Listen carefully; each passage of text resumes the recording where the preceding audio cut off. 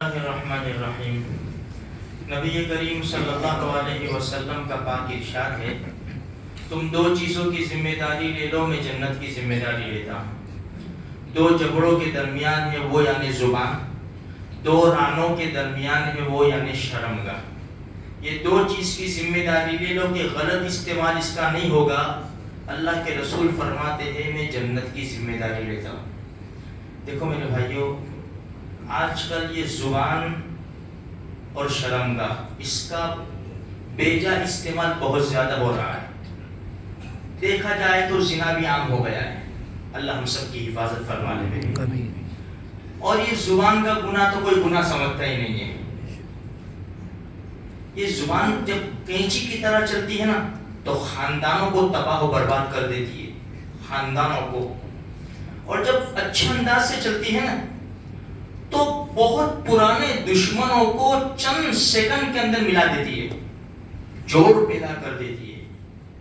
اس لیے اللہ کے رسول صلی اللہ علیہ وسلم نے معاذ رضی اللہ تعالیٰ عنہ کو زبان پکڑ کے ارشاد فرمایا تھا، معاذ اس سے بچنا۔ دیکھو ابو بکر صدیق رضی اللہ تعالیٰ عنہ بیٹھے ہوئے تھے اللہ کے رسول کی خدمت میں، اور دوسرے ایک شخص ابو بکر صدیق رضی اللہ تعالیٰ عنہ کو برا بھلا کہنا شروع کر دیا۔ سنتے رہے، وہ برا بھلا کہہ رہے، ابو بکر صدیق رضی اللہ عنہ خاموش ہے اور اللہ کے رسول مسکرا رہے۔ جب وہ حد سے پار کر گیا تو ابو بکر صدیق رضی اللہ تعالیٰ عنہ نے اس کو جواب دینا شروع کیا۔ جیسے ہی ابو بکر صدیق رضی اللہ تعالیٰ عنہ نے جواب دینا شروع کیا، ہمارے نبی اٹھ کے چلے گئے۔ ابو بکر صدیق رضی اللہ عنہ حیران، بڑے تعجب میں اللہ کے رسول کے پیچھے، یا رسول اللہ صلی اللہ علیہ وسلم، وہ مجھے بول رہا تھا، میں خاموش تھا، آپ مسکرا رہے تھے۔ جب میں نے جواب دینا شروع کیا تو آپ اٹھ کر چلے گئے۔ فرمایا ابو بکر، جب وہ بول رہا تھا، برا بھلا تجھے کہہ رہا تھا اور تو خاموش تھا، تیری طرف سے ایک فرشتہ اللہ نے مقرر کیا تھا، وہ تیرے جواب دیتا تھا۔ وہ جب تو نے جواب دینا شروع کیا، فرشتہ ہٹ گیا، شیطان بیچ میں آ گیا کہ اب موقع ملے گا لڑائی بڑھانے کا۔ موقع تو ابھی آئے گا نا بھائی، ایک آدمی بول رہا ہے دوسرا خاموش ہے، لڑائی آگے بڑھے گی نہیں، لیکن دوسرا جب جواب دے گا نا تو پھر لڑائی بڑھے گی۔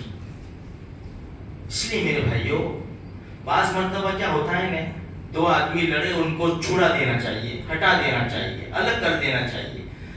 جب نہیں مانے نا تو وہاں سے ہٹ جاؤ۔ اس میں ہوتا کیا ہے کہ جب بھیڑ لگ جاتی ہے نا تو وہ بولتا ہے نا تو یہ نئی جواب دینے کے بارے کے باوجود بھی جواب دے گا، اس کو نہیں بولنا ہے۔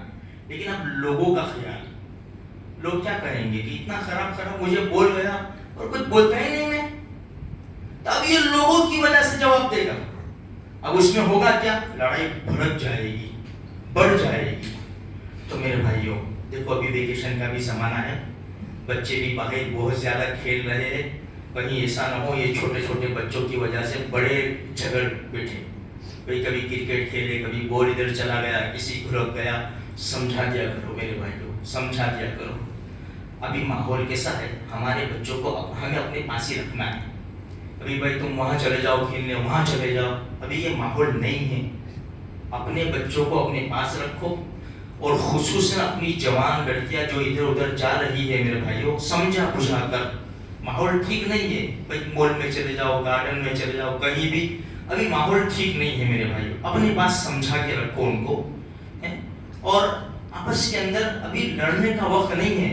ویسے بھی مسلمان کی شان نہیں ہے، لیکن ابھی ایسے حالات ہے کہ ہم کو جڑ کر لینا ہے۔ وَاعْتَصِمُوا بِحَبْلِ اللَّهِ جَمِيعًا وَلَا تَفَرَّقُوا، اللہ کی رسی کو مضبوطی سے تھامے رکھو، اور ٹولیاں مت بن جاؤ، جماعتیں مت بن جاؤ، ورنہ تمہاری ہوا اکھڑ جائے گی۔